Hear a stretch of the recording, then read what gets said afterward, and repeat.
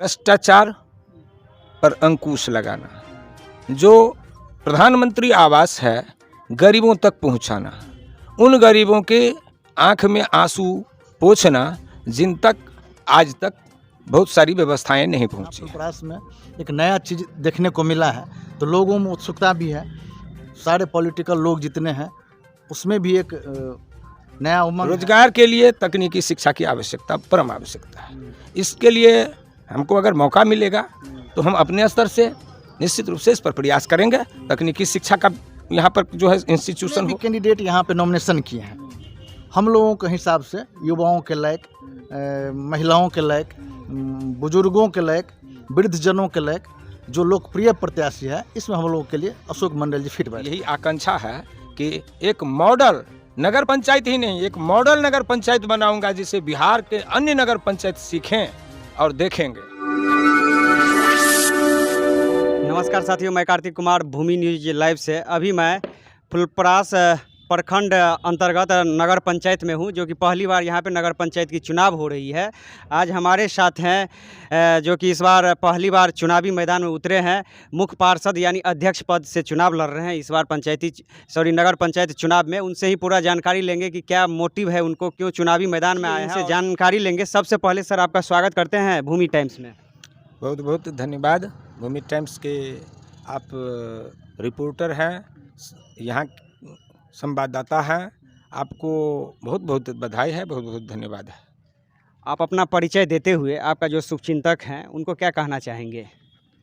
मेरा नाम अशोक कुमार मंडल है, घर नगर पंचायत के गोरगामा ग्राम में है और मैं नगर पंचायत के प्रत्याशी के रूप में, मुख्य पार्षद के प्रत्याशी के रूप में हूँ।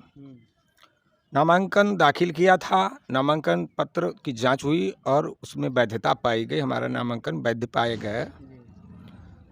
और नगर पंचायत के चुनाव में प्रत्याशी के रूप में हमारी प्राथमिकता है कि जनता का आशीर्वाद मिलता है और मैं विजयी होता हूँ तो सबसे पहली प्राथमिकता होगी कि सुलभ तरीके से जनता के कार्यों का निष्पादन।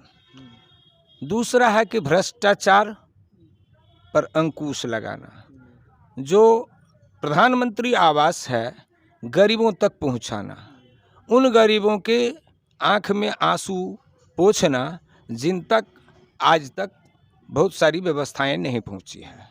साथ ही नगर पंचायत के विकास के लिए बहुत सारी ढेर सारी योजनाएं मेरे मन में है और मेरे मैनिफेस्टो में है। ऐसी योजना जिससे बिहार के कई नगर पंचायत हमारे नगर पंचायत के मॉडल को अपनाए, इसकी कामना है मेरे मन में।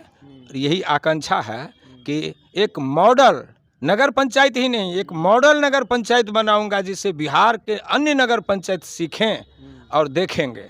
यहाँ की जनता को मैं यही आश्वस्त करना चाहता हूँ। पहली बार आप चुनाव लड़ रहे हैं, कहीं आप नर्वस तो नहीं हैं? बिल्कुल नहीं, मैं नर्वस क्यों रहूं? मैं सब दिन सामाजिक राजनीति करते आ रहा हूं, करता रहूंगा। यही मेरी दिनचर्या है। इसी दिनचर्या को लेकर के मैं आगे बढ़ते चलता जा रहा हूं। अब चुनाव है तो लड़ना ही है। चुनाव आया इसीलिए मैदान में भी हूं, नहीं तो जनता की सेवा के लिए तो हम लोग करते ही रहते हैं। तो कोई क्या घबराहट क्या होगी? इसमें कोई घबराहट की बात ही नहीं। ये तो अच्छी बात है कि लोकतंत्र के इस पर्व में हम हिस्सेदारी ले रहे हैं, भागीदारी ले रही हैं। हमारी भागीदारी हो और जनता को महसूस हो। और हम अन्य प्रत्याशियों के लिए भी कहते हैं कि घबराना तो चुनाव से चाहिए ही नहीं। हम तो बिल्कुल नहीं घबराने वाले हैं। यह क्षेत्र जो है पहले ग्राम पंचायत क्षेत्र था, जो कि पहली बार नगर पंचायत बना है। यहाँ के प्रत्याशी के साथ साथ जनता मालिक भी अनभिज्ञ हैं। अनभिज्ञता को देखते हुए आप किस तरह से जा रहे हैं जनता मालिक के पास, तो इस नगर पंचायत की विशेषता में आप विशेषता जो है किस तरह से बता रहे हैं? ये निश्चित तौर पर आपका प्रश्न यथोचित है कि पहली बार हम लोग ग्राम पंचायत के थे और कई ग्राम पंचायत के हिस्से को मिला करके एक नगर पंचायत का निर्माण किया गया है।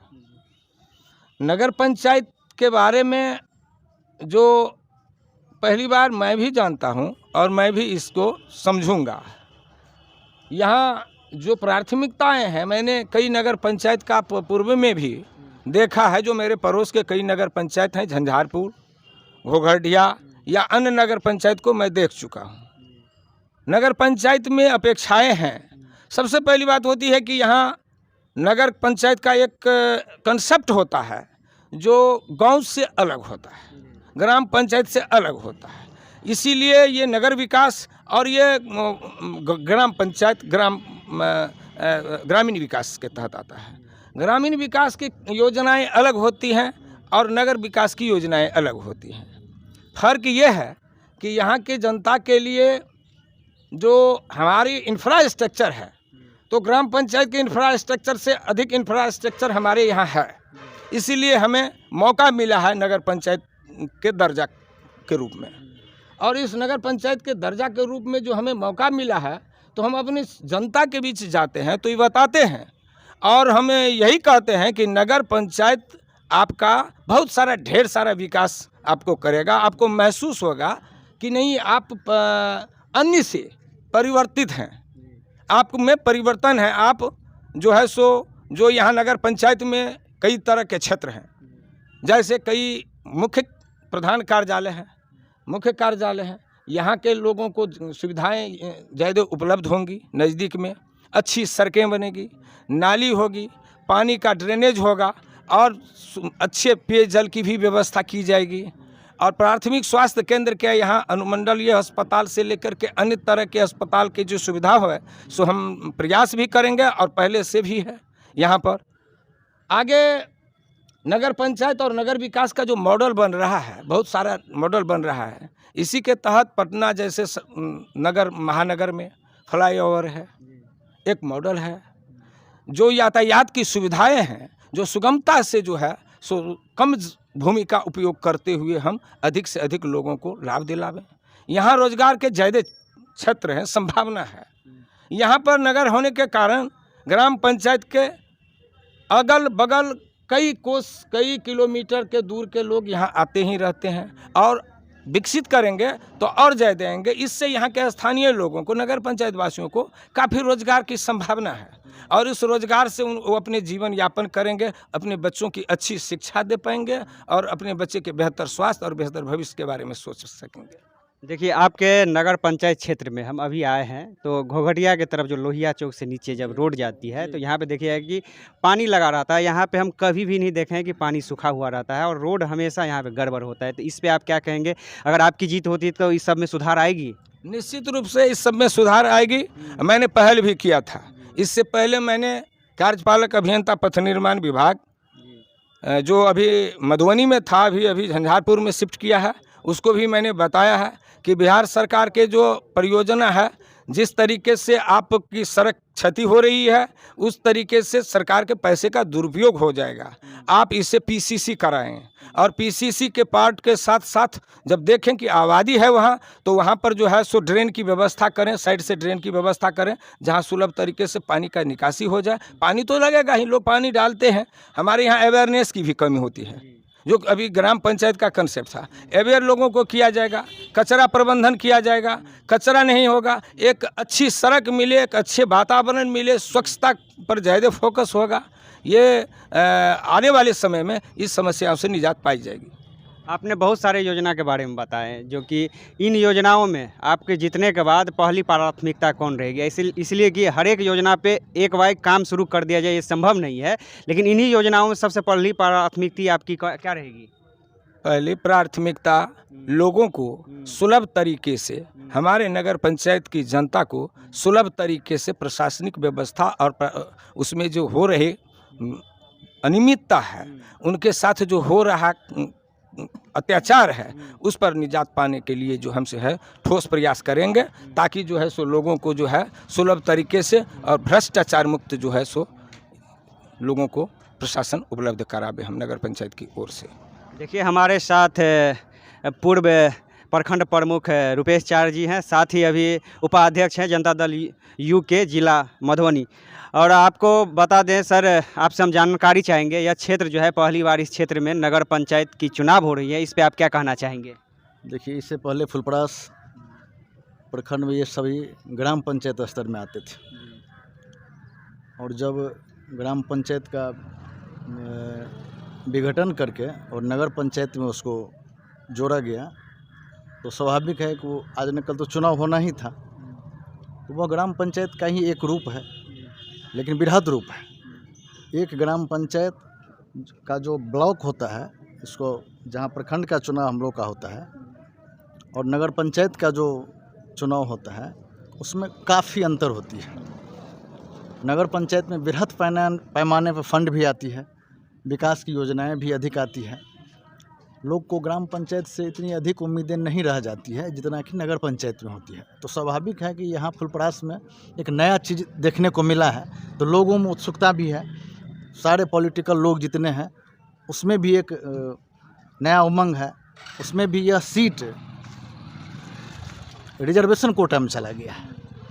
ये हम लोग का फुलपरास का नगर पंचायत अभी अति पिछड़ा सीट हो गया है। तो स्वाभाविक है अति पिछड़ा में अन्य कोटि के उम्मीदवार आएंगे और सभी उम्मीदवारों का हम लोग आकलन कर रहे हैं। जो उम्मीदवार हम लोगों को इस नगर पंचायत में बैठने के लायक, उसमें जो हम लोगों को बेहतर लगेगा उसको हम लोग चुनेंगे। बहुत सारे युवा साथी हैं जो कि उन युवा साथी को क्या कहना चाहेंगे जो कि बढ़ चढ़ के भाग लेंगे? सभी युवा साथी खुद ब खुद एक्टिव हैं। हम लोग 4-5 दिन से इस चुनाव के प्रकरण में लगातार अशोक मंडल जी जो हमारे अभी इस नगर पंचायत मुख्य पार्षद के प्रत्याशी हैं, इनके साथ हम लोगों का पुराना लगाव भी है। एक तो हम लोग का फैमिली रिलेशन भी है और उस हिसाब से भी, और जितने भी कैंडिडेट यहाँ पे नॉमिनेशन किए हैं, हम लोगों के हिसाब से युवाओं के लायक, महिलाओं के लायक, बुजुर्गों के लायक, वृद्धजनों के लायक जो लोकप्रिय प्रत्याशी है, इसमें हम लोगों के लिए अशोक मंडल जी फिट बैठते हैं। और युवाओं का तो खासा उत्साह है कि जब भी कोई नया चीज़ होता है तो युवाओं के बल पे ही आगे बढ़ा जाता है। तो युवाओं का एक खास वर्ग इनको काफ़ी सपोर्ट कर रहा है। हम लोग भी युवा हैं, हम लोग भी अपने तरीके से इनको काफ़ी मदद कर रहे हैं। सर, लास्ट में एक प्रश्न रहेगा आपसे कि शिक्षा और स्वास्थ्य की क्या व्यवस्था है यहाँ पे आपके नगर पंचायत में अभी? शिक्षा और स्वास्थ्य के रूप में यहाँ पर प्राथमिक स्वास्थ्य केंद्र भी है और अनुमंडलीय अस्पताल भी है। शिक्षा के रूप में एक चीज़ की कमी है, जो डिग्री कॉलेज और टेक्निकल इंस्टीट्यूट जैसे ITI और नर्सिंग कॉलेज, अन्य तरह की जो तकनीकी शिक्षा देती है। बिना तकनीकी शिक्षा दिए बगैर आज के युग में रोजगार की संभावना तलाशना कठिन काम है। रोजगार के लिए तकनीकी शिक्षा की आवश्यकता, परम आवश्यकता है। इसके लिए हमको अगर मौका मिलेगा तो हम अपने स्तर से निश्चित रूप से इस पर प्रयास करेंगे। तकनीकी शिक्षा का यहाँ पर जो है इंस्टीट्यूशन हो, संस्थान हो। हाई स्कूल तो है ही, कॉलेज के रूप में एक अंतर महाविद्यालय के रूप में यहाँ पर है ही, डिग्री कॉलेज नहीं है। और डिग्री कॉलेज, महिला डिग्री कॉलेज तक चाहेंगे यहाँ पर हो। यानी आपकी शिक्षा पे ज़्यादा फोकस होंगी, शिक्षा और स्वास्थ्य पे ज़्यादा फोकस रहेंगी। जो बुजुर्ग देख रहे हैं, साथ ही जो युवा आपको अभी देख रहे हैं इस वीडियो को, उनको क्या मैसेज देना चाहते हैं? युवा साथी को देश का भविष्य होते हैं, उनके कंधों पर बहुत बड़ी जिम्मेदारी होती है। सजगता से और शिक्षा ग्रहण करते हुए और हम उनके भविष्य के सुव्यवस्थित भविष्य की कामना करते हैं और चाहेंगे कि हमसे जितना सहयोग हो सकेगा उनके लिए मैं करूँगा। युवा देश का भविष्य है और महिलाओं और वृद्धों के लिए, वृद्धजन के लिए जो है सो विशेष रूप से जिन व्यक्ति तक आज तक वृद्धावस्था पेंशन से लेकर के, विकलांगता पेंशन से लेकर के अन्य तरह की कल्याणकारी योजना से जो अछूत हैं, उनको मैं पहली प्राथमिकता में लागू करूँगा। सर, आपने इतना कीमती समय दिए, जो कि अभी चुनाव में आप लोग का व्यस्तता रहती है, इस व्यस्तता में भी आपने इतना समय दिए भूमि टाइम्स को, इसके लिए आपको बहुत बहुत आभार। आपको भी बहुत बहुत धन्यवाद। भूमि टाइम्स के जो आप दुनिया को संदेश देंगे, इसके लिए आपको बहुत बहुत धन्यवाद। अभी हम थे मधुबनी जिला अंतर्गत फुलपरास प्रखंड या अनुमंडल के नगर पंचायत क्षेत्र में, और यहाँ हमारे साथ थे अशोक मंडल जी, जो कि इस बार मुख्य पार्षद के रूप में भाग आजमा रहे हैं। साथ ही आज हमारे साथ थे, जो कि परिचय के मोहताज नहीं है, पूर्व प्रखंड प्रमुख रुपेश चार जी। उनसे हमने सवाल जवाब किया, उन्होंने बहुत बेबाक रूप से जवाब दिए हैं। चलिए, बहुत बहुत धन्यवाद।